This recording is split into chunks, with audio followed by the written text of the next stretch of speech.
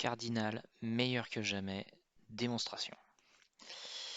Donc on va utiliser Grosse Crasse, un partenaire de clan, comme Punching Ball pour nous démontrer la toute-puissance de Cardinal face à la dernière team, donc avec une Trunda.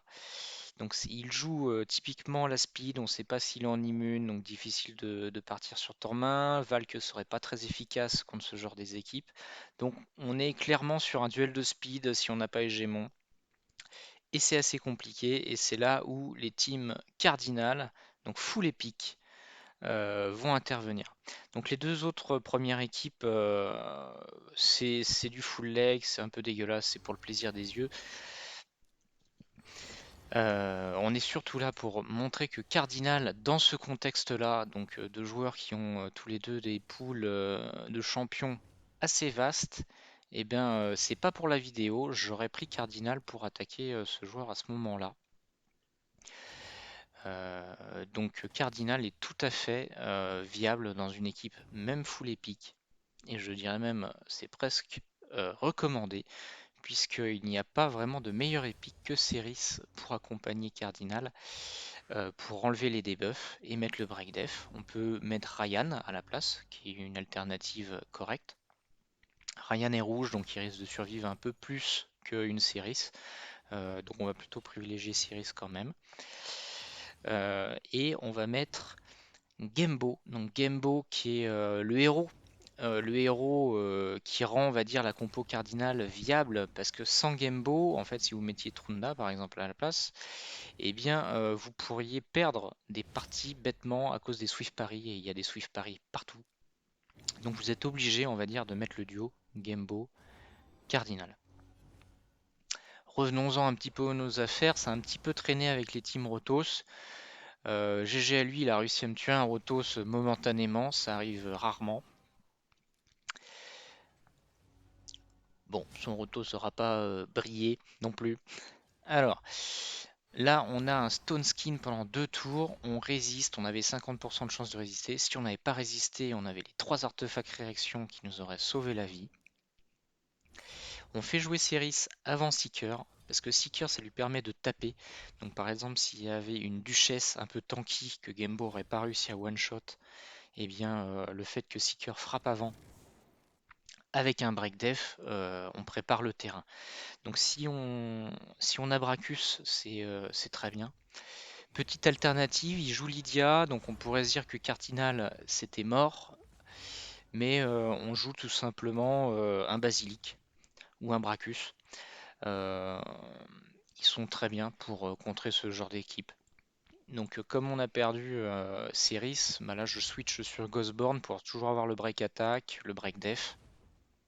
Et puis on a Basilic qui apporte quelques petits dégâts supplémentaires pour finir.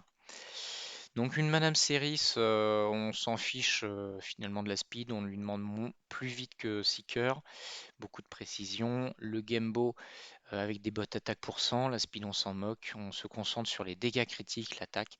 Le taux critique reste à 70% puisqu'avec son auto-buff il monte à 100%. Et c'est là où Gembo devient très intéressant, il a 1400 d'attaque donc c'est fort. Euh, il a que 70% de taux critique à avoir, il a le droit au bot attaque. Il tape donc plus fort que ce qu'il ne devrait si on devait le stuffer avec de la speed, avec 100% de taux critique, etc. Donc vraiment Gembo, c'est un excellent champion qui accompagne parfaitement Cardinal. 4 pièces Stone Skin suffisent sur Cardinal, avec 2 c'est encore plus sécure.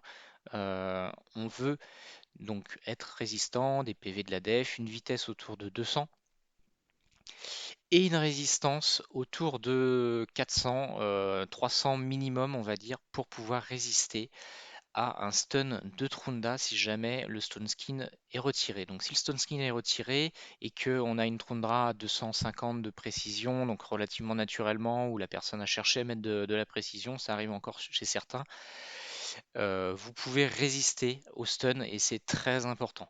Donc vous pouvez aussi résister aux A2 des arbitres ou les choses comme ça. Donc on va vraiment essayer de mettre de la résistance en plus de ces 200 de speed et le plus de PV et de def possible.